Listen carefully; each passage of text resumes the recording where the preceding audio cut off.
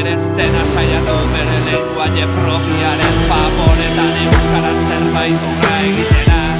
eta izkribuntan emaitera zeren dadin publika mundu guztietara bertze lenguaiak bezala hain eskribatzeko dela. Miraz dago eta kausa honegatik gelditzen da bataturik ez erreputazione pake eta bertze nazione orok uste dute zinduzen eskribada inteiela lenguaie hartan. Nola bertze orok baitut eskribatzen berian, nola bertze orok baitut eskribatzen berian. Eta zeren orain zuk jauna noble eta naturazkoak bezala baituzu estimatzen goratzen eta horatzen euskara zurik neure jaun eta jabia bezala.